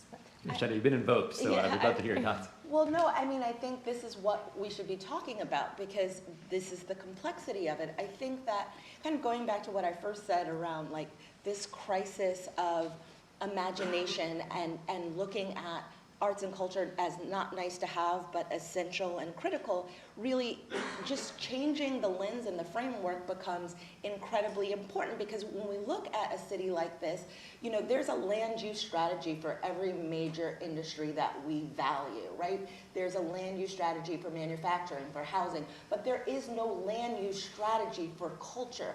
And we're asked to survive without a strategy. So it does become artisanal or bespoke or at the bequest of whoever is the elected.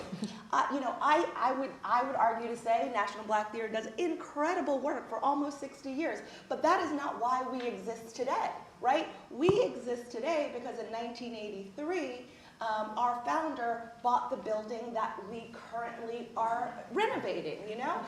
You look at 125th Street, this probably one of the most important cultural corridors on the globe exists because the Caribbean Cultural Center owns their property, because in 1979, Studio Museum left the building we were in and purchased a property down the street. The Apollo, the world famous Apollo, has a $1 a year lease from the city for 100 years, right? The crisis of affordability comes down to exactly what Maria is saying, this coordinated ecosystem of strategy for cultural investment. And when you have that kind of forward-thinking, audacious plan that is not a template, but a Bible or a playbook, if you will, the thoughts, the ideas, the contemporary lens becomes a lot easier to dream into. So for us, I went through a 7-year ULERP through 2 administrations, 9 public hearings, all unanimous that we should be able to spot rezone our building. Our approach to our real estate, which was by far our greatest asset, was that we knew, having been in the community for over a half a century, that Harlem exists as a village that is an ecosystem dependent on each other. So our approach was to create what our founder's vision was, to create an ecosystem as a mixed-use building where artists can live, work, serve, and create.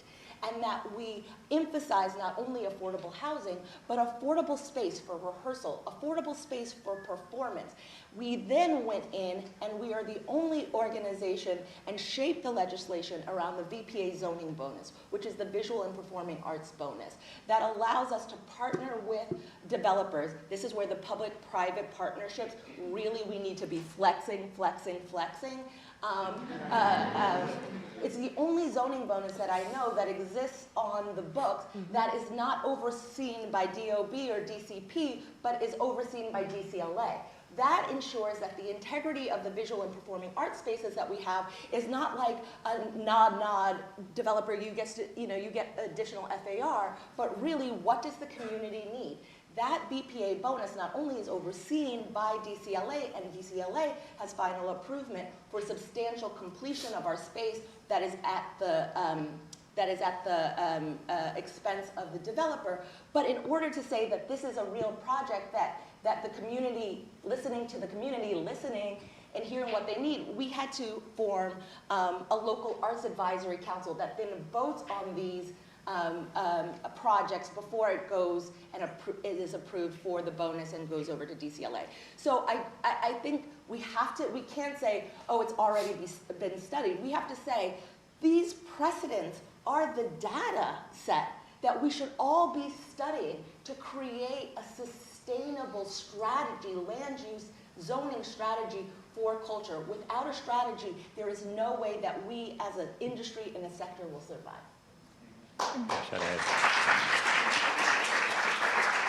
Well, I could ask all of you for your even more ideas truly all day long, but we have this incredible audience with us today too. So with your blessing, we'll turn it over to them. And the way this will work, folks, first of all, we're so grateful you're all here. You've stayed. There's folks that are still standing and not an empty seat in the house, so thank you all so much. What we will do is turn it over to this amazing audience. My colleagues, Sophia and other hand, Rachel, are on either side of the room with microphones. They will come to you. I'll call your name, okay? We'd love your ideas as well as your questions for this amazing panel. My only request is please keep it to just 1 minute or less. There are so many of you, and we'd like to get to as many folks as possible. So if I could just see a show of hands to begin. Okay, we'll start in the front row, and then we'll head to the back. The microphones are coming your way, middle and the back, and then we'll head right there to Esther. We'll go from there. So you got 1, 2, 3, and then we'll go from there. Eli, while we're waiting for the first question, can I just say, the one thing that I did want to say around institutional affordability and investment, I think that one of the biggest hurdles to equity and one of the biggest hurdles to cultural organizations and institutions is the lack of funding to DCLA itself. That we have to be able to approach the hiring freezes, the ability for DCLA to continue to do the good work it's tasked to do, but in a more efficient way. So much debt is placed on smaller organizations by having to bridge the grant agreements that we get in an untimely way. So I just want to say, like, a part of the affordability crisis from an institutional or presenter side is really looking at DCLA no longer as just like a grant window, but our quarterback in how we get good services to the sector and to the institutions themselves, and that we should study the model of the CIG. Listen, what I think is super important, I really wanted to say this, is, you know, our cultural landscape is made up of CIGs and CDF awardees. I think we should no longer debate who's important or what's important. We're all important, and when we work together, we have a more sustainable, vibrant city. And in that, there's things that we can learn from the way the CIG partner with the City of New York. The 1,000 of organizations that are CDF should also be considered partners to the City of New York. And we should have diverse, opportunities for grants, from GOS to marketing to capacity building. We as a cultural sector, we are one of the only sectors that don't have an organized workforce development program through the city. All of these approaches, energy subsidies, all of these things that the CIG have that can be scaled for how CDF can have access to those same kind of benefits will vastly support the affordability crisis for individual institutions. Thank you for that. So yes, first comment, idea, or question. Well, just an idea, a mention. I want to applaud the panel. I want to applaud the whole concept of bringing this forward, because New York is the cultural capital of the world. And in that sector, there's one sector we haven't talked about this morning, and that is music. New York is the music capital of the world. Everybody knows that if you go to Europe, if you go to the Far East. So please do not forget the music. Thank you. Can I just make a little comment? Yeah, keep it quick though, because I do want to get to as many of our amazing Okay, members so as we can. sorry. Thank you, Christian. No, go for it. Agreed. We need to remember the nuances of our sector, and I did want to mention that a big part of that is something that we can do within our sector, which is get more civically engaged. Community board is the first line of defense in government that directly connects us as people, as neighbors, as residents to our city services. And that is how we get representation, and that is how we make sure our voices are heard in collectiveness. So please, the community board applications are open right now. Get an artist on your board to represent your community. Love it, thank you. All right, so the next microphone, I think, is in the middle. Who has the mic right now? If you've got it, let's go for it. Yep, go right there, to your right, yep. And then who's got the other microphone? You see the hands going up in the back. Sorry, someone is in the middle already. Keep your hand up. Okay, microphone's coming your way. Okay, go for it. Thank you. Hello, I'm Regina Bain. I'm Executive Director of the Louis Armstrong House Museum in Queens. Yay! And I want to give and a new CIG. And I want to give a shout out and underscore to portable health benefits, which has been discussed here before. It's so important for us as an institution, for the artists that we serve. So we have our workers, but we have so many artists that come through our doors, that work with us as teaching artists and more, and they are losing their health care. So underscore portable health benefits. Thank you for the work that you all have done. Please continue.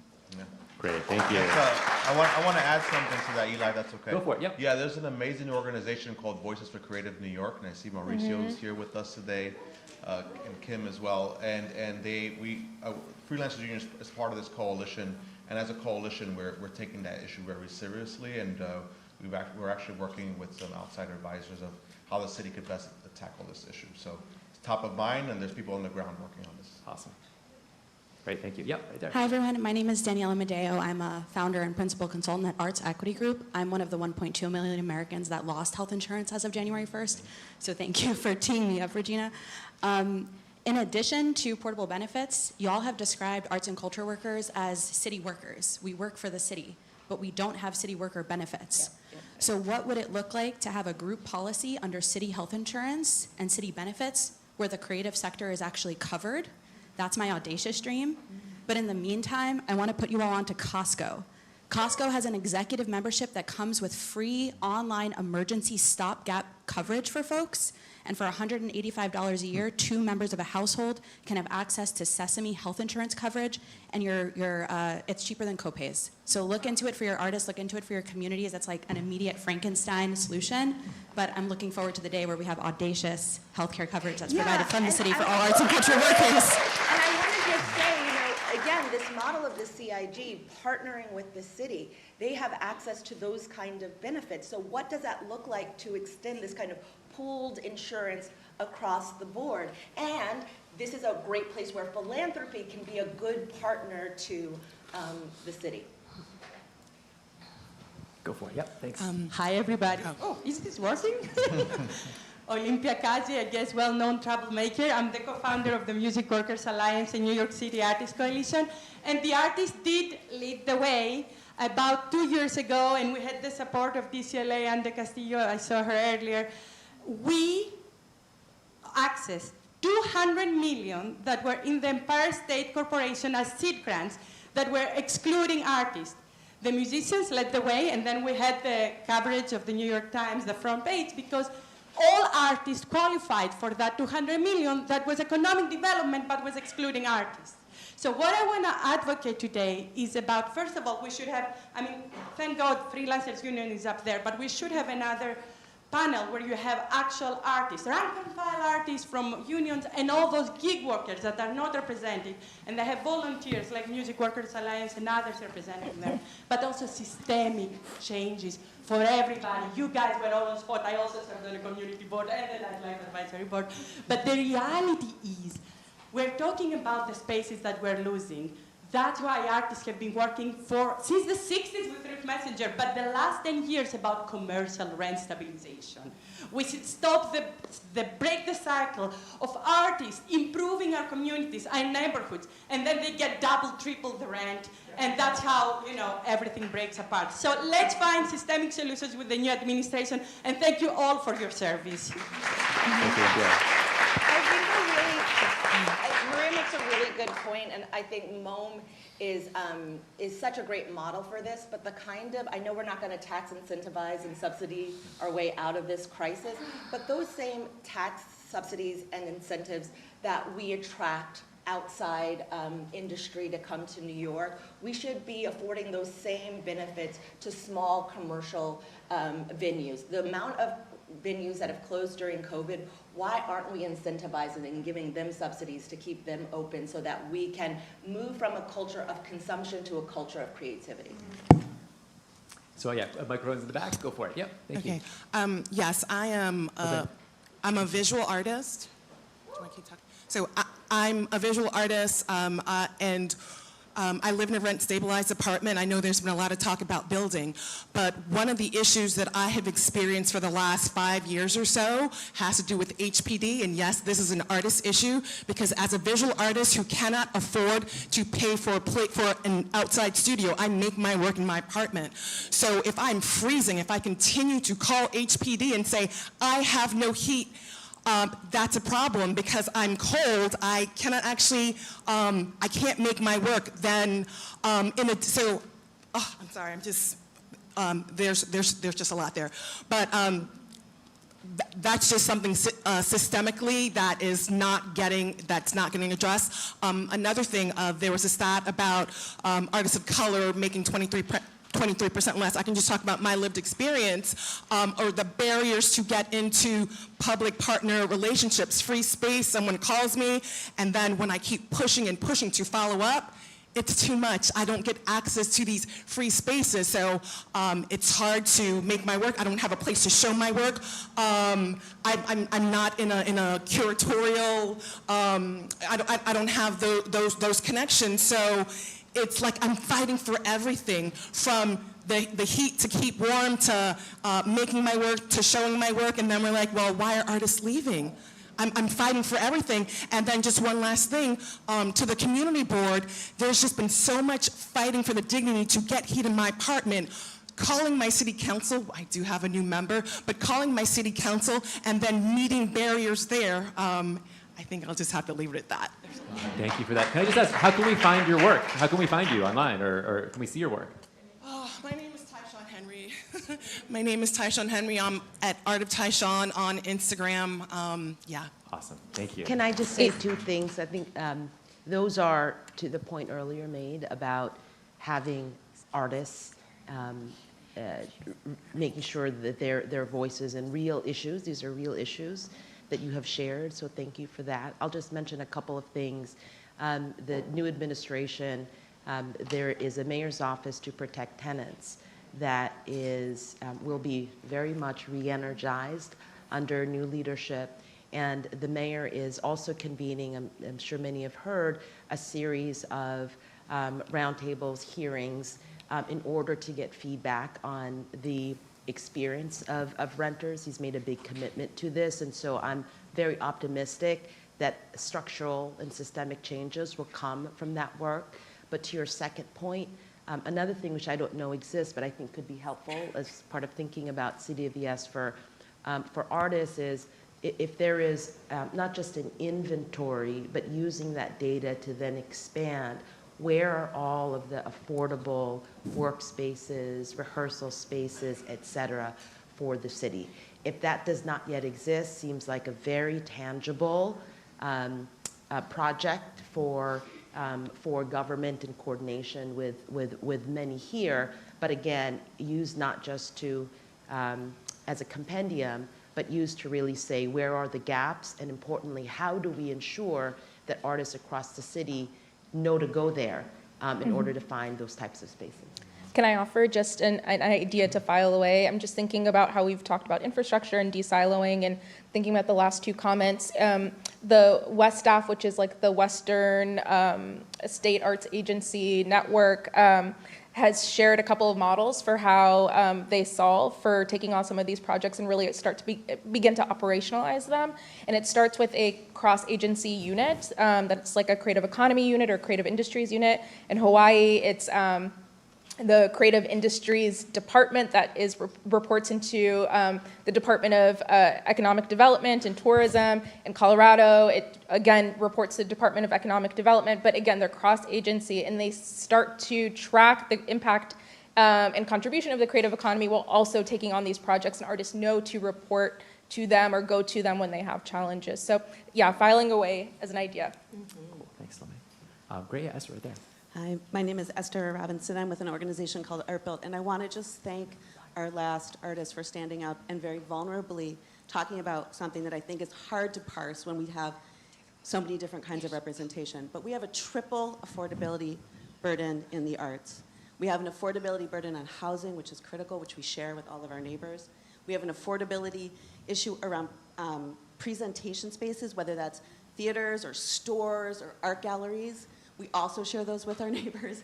And then we have this very, very, very serious affordability issue around production space.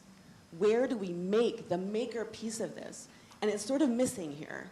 And so I, as one of the few people who've built an affordable studio space in the last 30 years in New York, would like to say there's a few barriers to that. And one of the things we saw with our space is once we stabilized that, we have a long-term affordable space. Once we stabilized that, our artists moved nearby. They've had kids. They got housing. They were able to rationalize their lives. So affordable space, just like affordable housing, has a knockdown effect of stability across the board, but it also creates communities, right? And communities of care. So two things for this. EDC needs to give long-term affordable leases. The city needs to step up. I could not public-private finance at the level I needed to build my space because I did not have a long enough lease term. I had to build a separate loan. So I need a 20-year lease. If we know the future of New York City, it's a lease, right? If we can't own, and so that's the main thing. The main hurdle is we do not have lease structures that support the level of financing needed to create affordability, and we need the city to work with us. And finally, full stop, thank you for bringing up land use as a cultural linchpin, right? We are of place. You guys, this is our place. We must be threaded through it, but we must fight as a land use issue. And then finally, Raphael, thank you for coming in. These are independent workers. in these spaces, right? So the workforce development piece, the individual industry piece, the entrepreneur piece, it all comes down to production space and who, what color they are, what economic status are, do they have access to the place where they can equitably make over 20 years. Thank you. Thanks, Esther. Yeah, in the back. Hello, everyone. My name is Diane Frere. I'm from Osage Nation. I'm the founder and director of American Indian Artists. So a lot of people know us as Amarinda. And we serve the tribally enrolled community here in New York. And hi, Sade. It's nice to see you sitting up there. I've worked with you in the past and it's been a real honor. I just wanted to say that I have not heard a word, and I do not hear a word, about the platform that all of this system that we're talking about rest upon is extractive wealth, okay? So if we want change, okay, that's how it began. It was extracted from us, and then there were people who were forced to work to build it up more, and now we've come historically to a place where the people who extract are trying to now extract more from the national treasury, okay? And so, but we live here, and we can start to look at things a little bit differently here where we all live, excuse me. And I think that it's we have to start saying to ourselves, well, how does this connect to extractive wealth, okay? How does that, what is what we're doing, all right? That's why we build unaffordable housing and say we don't have any affordable housing. That's why we use the median area income, where we have some of the richest counties in the country, right? To say, well, that's the median income, not the median income of the people who live in the neighborhood whose homes are where they're extracting the wealth to build these buildings, okay? All right, it's all connected. What you're talking about are the symptoms. The issue is that it's based on extractive wealth, but we can start looking at this differently, and also not telling people what they need, but asking them, going to the people who are known by and accountable to the people that they serve, okay, claim to serve, and ask them first, what do you need? And then say, is this connected? How does this connect to extracted wealth rather than, let's look at, can we have a little bit different paradigm, work on building that together? Because all of us in this room, we can do this. So, thank you. So one area we haven't talked Yeah, we'll go right here. at all that we should put it in the room is art service organizations and the really great work that they do and how they have been through the city funding process through DCLA, almost totally defunded, and how they are our partners on the ground, boots on the ground, to get community boards. They're listening, they're getting resources to individual artists and small organizations. So we really need to welcome back in an intentional way art service organizations to partner with us to create this, to create the city we want to live in. Thanks, Shelley. Thanks. Great, Francis. So, hi everybody, Frances Brunnett, President, Pratt Institute of Court and Art and Design School here. And I know there are many, many self-taught artists here and many educated artists that went through schools and went through different models. And without you, we don't attract our students. And so I think it's really critical. What has been built in New York City is remarkable. We have the largest number of students in the country are here. So I would be remiss not to talk about how important it is to develop an ecosystem that includes higher education. There's an opportunity also to see us all, and many of us in the public and private sector are contributors, but also opportunities to offer support and generate partnerships. And I think that we are research entities, we are people who are practicing artists in the community, designers. So I think that what is our idea to strengthen New York City's cultural and creative sector is to keep this alive and keep New York in the center. I would say there are many, many places in the world that would see themselves as leading in arts and culture, we have to be part of that ecosystem as well. So again, the numbers of students are remarkable. We want to keep them here. We want to make them into artists that keep propagating the work that you're doing. So thank you all, and thank you to this incredible panel. Thank you. There's a microphone in the back, and then we'll head over to someone else also in the back, and then actually Sophia right here in the fourth row. Yes. I did want to uplift a quick policy recommendation, if that's okay, because you're speaking about investing, keeping our artists in the neighborhoods and also in the schools.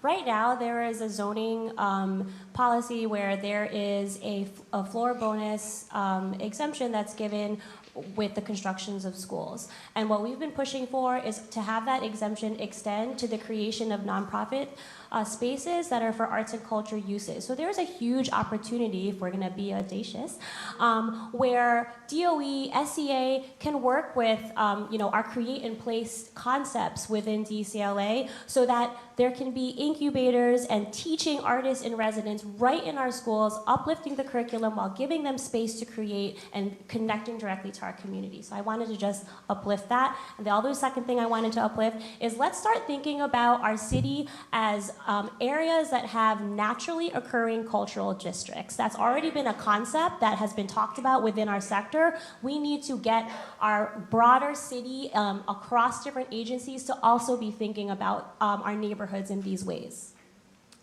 Great, thank you. So yeah, in the back, did you get your microphone? Oh yes, right there, got it. Yep, and then we'll come to the front and then to the back again. Thank you everyone on the panel. This is fabulous. It's been really great to hear all of these amazing ideas. My name is Martin Porter. I'm an entrepreneur and musician. I've worked for a lot of great, fabulous New York organizations, Summer Stage, Jazz at Lincoln Center, Brooklyn Conservatory of Music, and I've sort of built my career on nonprofit work. I also used to curate Jazz Standard, which is one of the venues in the report that has been shuttered. Was shuttered in 2020 for COVID reasons. For the last 5 years, I've been working with a partner on the restaurant side to create a new club. We've raised $1.5 million of a $2 million budget, and we've somehow found great real estate in Midtown. We hope we're doing everything right. However, I've raised 75% of this money, and I don't have access to the rest of the capital, and I have to start paying rent in May. So my plea / idea, which maybe is not so audacious, is to think about, these are serious, vital cultural institutions, even though they're on the for-profit side, that are sustainable. We're talking $6 million a year, 50 jobs. We're talking about supporting thousands of musicians every year that come through the doors, for an art form that requires sort of constant on-stage practice to grow. These are the places where people like John Batiste and Samara Joy and Esperanza Spalding got their first gigs. This is important work. So I would just access to that capital, networks that allow for that capital. This is a business investment, but we can't compete with NVIDIA, so some way to get there is my plea. Thank you very much for all your work. Thank you. And then Rachel, just to your left, the person's waiting. Yeah, so Rachel, just to your left. To your left. Yep. And then we'll go first to the fourth row. Yep, right here. Thank you. Yep. Assalamualaikum. My name is Putri Rangkamanis Noor. I am from Jackson Heights, Queens. Shout out to Carisha. And of course, our deputy mayor before and everyone. I'm the artistic director, founder of Kinding Sindao Heritage Foundation. And it's a 33-year-old cultural heritage of Southern Philippines in diaspora. This organization, we assert, reclaim, preserve the tradition of the indigenous people in diaspora because it's a statement of the area in the Philippines that was not touched by the colonizers. Anyhow, I'm in Queens. I'm the world's borough and work closely with Carisha. And also I'm a CB3 member. I'll just go straight. I have so much things to talk about, but this is a case study. Maybe there's a policy or maybe reinforced policy in our city council. I approached copying the $1 Lease of Harlem story and also La Mama, that is $1 theater, long time ago. I approached the developer and I said, you have several buildings, can I have a $1 of your basement monthly? He laughs at me and he thought I'm crazy. Anyway, I'm just copying that everything that we do is a case study if we can reinforce that, and honoring the sister here standing against extraction and extraction and extraction. And her call to action is for us to unite, to take that back, what is extracted. Anyhow, there is Burlington Company building 8 stories next to my house. I would like to copy what I did to the other developer if they can just rent it for $1 a month. This is an approach to embrace the culture and tradition in Queens, particularly the immigrant indigenous people who are losing the culture and tradition, in fact, in the face of all other developments, like the casino. So I am wondering how can we be navigated to oblige developers. I know there's somewhere, somehow in Harlem that this happened. Oblige developers to give their basement or give a particular unit to cultural workers like us, cultural organizations like us that are serving the community, serving the grassroots. We have no space to take care of the children and the parents who wanted workshops every week. I have to bring them to La Mama because La Mama give me a free space. But in my real neighborhood, where is it? Where is that? When there are spaces. Thank you so much. Thank you. Hi, everyone. My name is Kirsten Kapustik. I'm the director of the Trisha Brown Dance Company, and we perform across the city and around the globe. Thank you all so much for this conversation. I just really want to talk about the opportunity that this is for philanthropy to come in and help support this crisis in this moment. We're talking about this crisis. We're talking about how complicated it is. And unfortunately, we don't really have time to wait, right? My dancers on a consistent basis need bigger salaries. My art workers, the cultural workers that we work with, that we partner with, and the people that work underneath me, they need bigger salaries. We need to be able to afford health care to our artists. And yet, on a consistent basis, with the changing philanthropy models and changing priorities, I ask and I ask and I ask, and general operating support is not the model that is being given on a regular basis.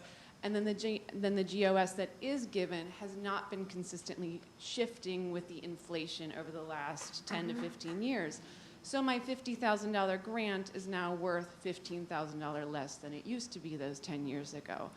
I think that there's a real opportunity here for people to be talking about inflation and talking about giving more and maybe giving beyond, the interest that they're bringing in from their endowments. Anyway, I think this is something that we should maybe ask the government, also City Council, to also start talking about more. Is there a way to partner so that both government, DCLA, and the funding partners across New York City can really support and help to cover that big gap between my expenses and my earned revenue? I need that subsidy. Otherwise, we can't afford to live here. Yeah. Yep. Yeah. Thank you. I mean, I think it's such a good point. Just very quickly, DCLA has to be, if you are a CDF grantee, which is 1,000+ organization, you only have access to programming dollars.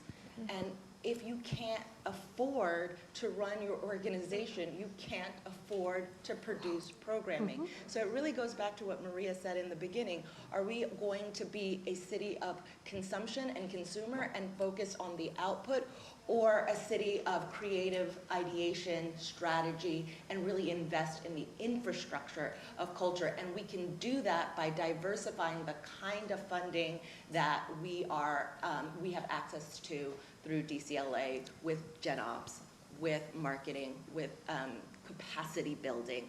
Those are where philanthropy can support, but I think they need to partner with the city so that we also have those benefits as well. And we have to remember that there are thousands more that are not even eligible for CDF funding, right? That it falls on organizations like ours that are fortunate enough to handle the capacity of applying to CDF year over year, and then we are the ones that try and spread that funding out as much as we can to the individual artists on the ground. So I think that is a call to philanthropy. Luckily we are coming into a social justice driven administration, and arts as social justice really needs to be part of that consideration when talking about these types of philanthropic partnerships with the city, to make sure that every artist is being touched with support that way. Great, yeah, so we can go to the back. I see 2 questions on either side, and then we'll try to get Sophia over to the far end. We can get somebody there. Hi. Keep your hand up on the far end so my colleague will come around.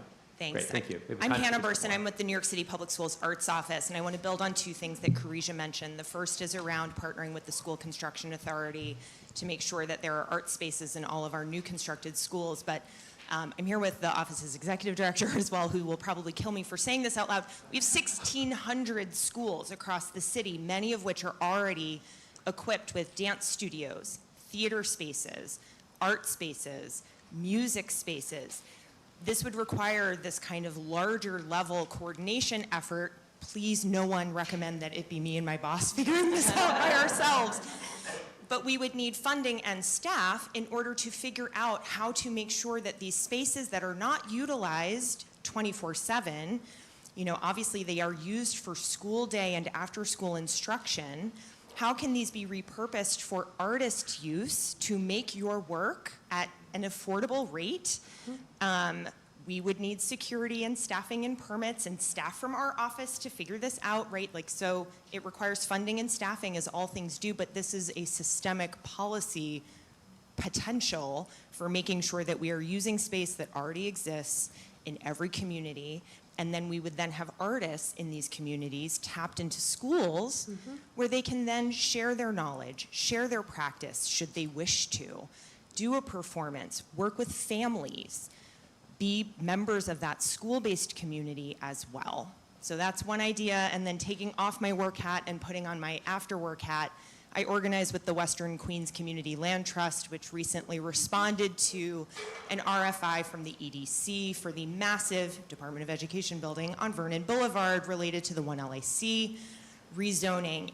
We think that this is a massive building, that we have a plan for deeply affordable workspace for artists, cultural organizations, and folks who work in the related sectors. So we just want to say that we are really excited for new leadership at EDC to come in and take a serious look at what happens when we have a community-led repurposing of what would have gone to Amazon for free and instead is used for the Western Queens community of creators and makers who are in desperate need of affordable workspace and studio space, so that we don't continue to experience displacement and leaving a neighborhood that we have built into a creative powerhouse over the course of decades.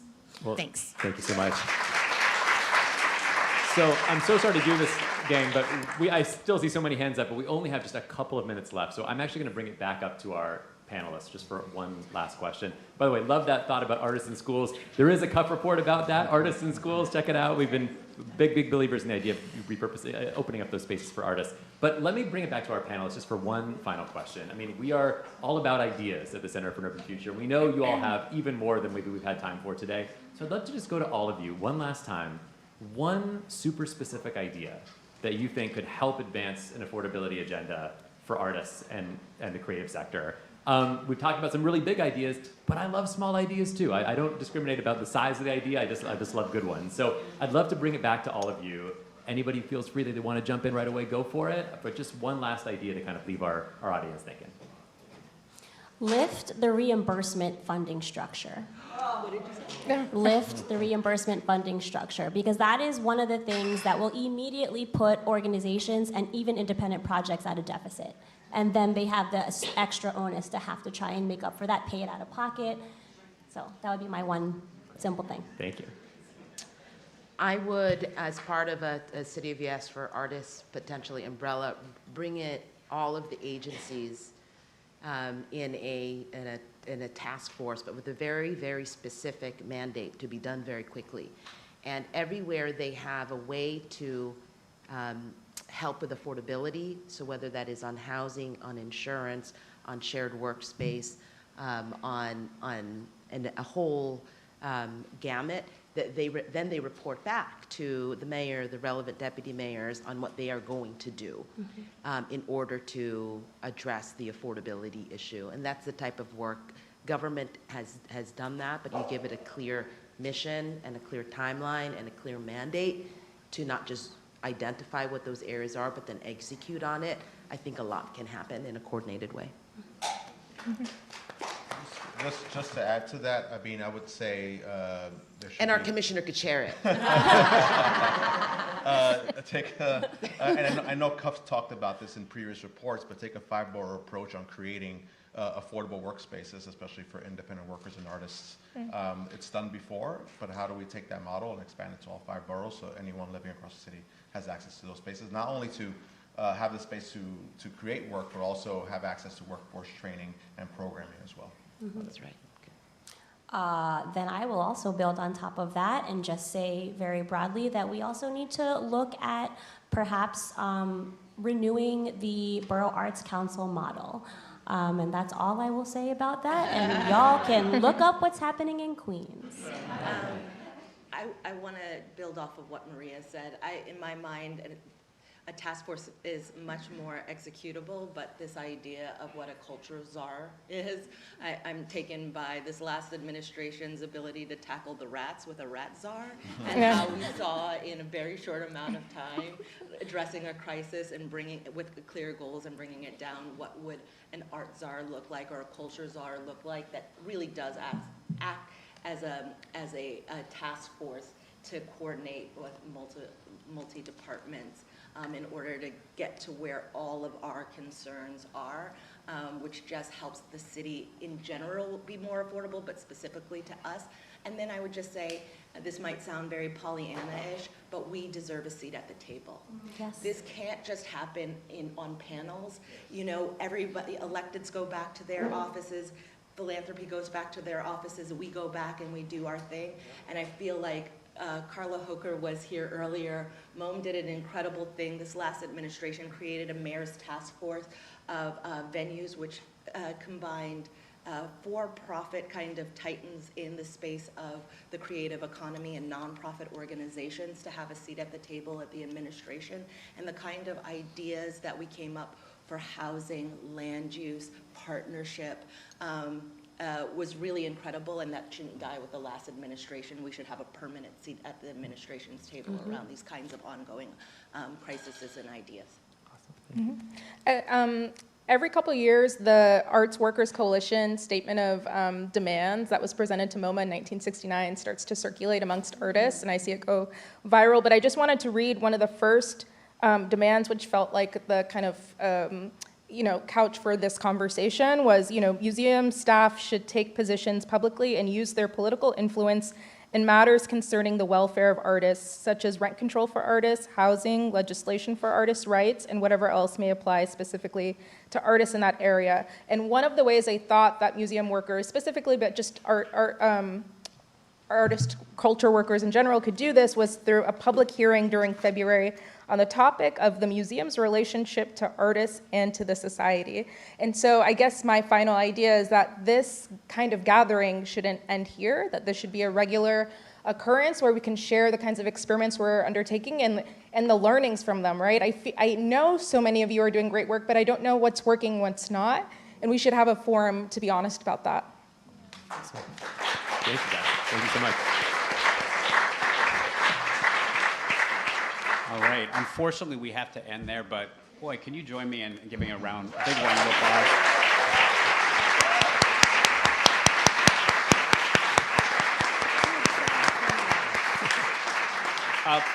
Super big thank you to our panel. That was amazing. But also a big thank you to our audience, because those ideas were sensational. Thank you. Thanks for all you do. I also want to acknowledge that we had like a few dozen people out in the spillover room watching this and listening. Thank you for them, for their patience and for kind of making it work. Thanks to our funders, the Rockefeller Brothers Fund, Mellon Foundation, Howard Gilman Foundation, and Ford Foundation. I want to thank one more group of people. If you've seen our Creative New York report, and if you haven't, please check it out at nycfuture.org. But on the second page of our acknowledgments you'll see who had a hand in researching and writing this report. And I think there are 20 people on our staff and our paid interns over the last year and a half that have worked on this report. They interviewed a lot of folks in this room. They interviewed many others. They gathered the data. So really, my gratitude goes out to all the folks on our team that helped work on this report. Yeah. So thank you. And thanks again. Have a great day, and let's keep these issues going. Awesome. Nice. Thanks for spending all the time. No.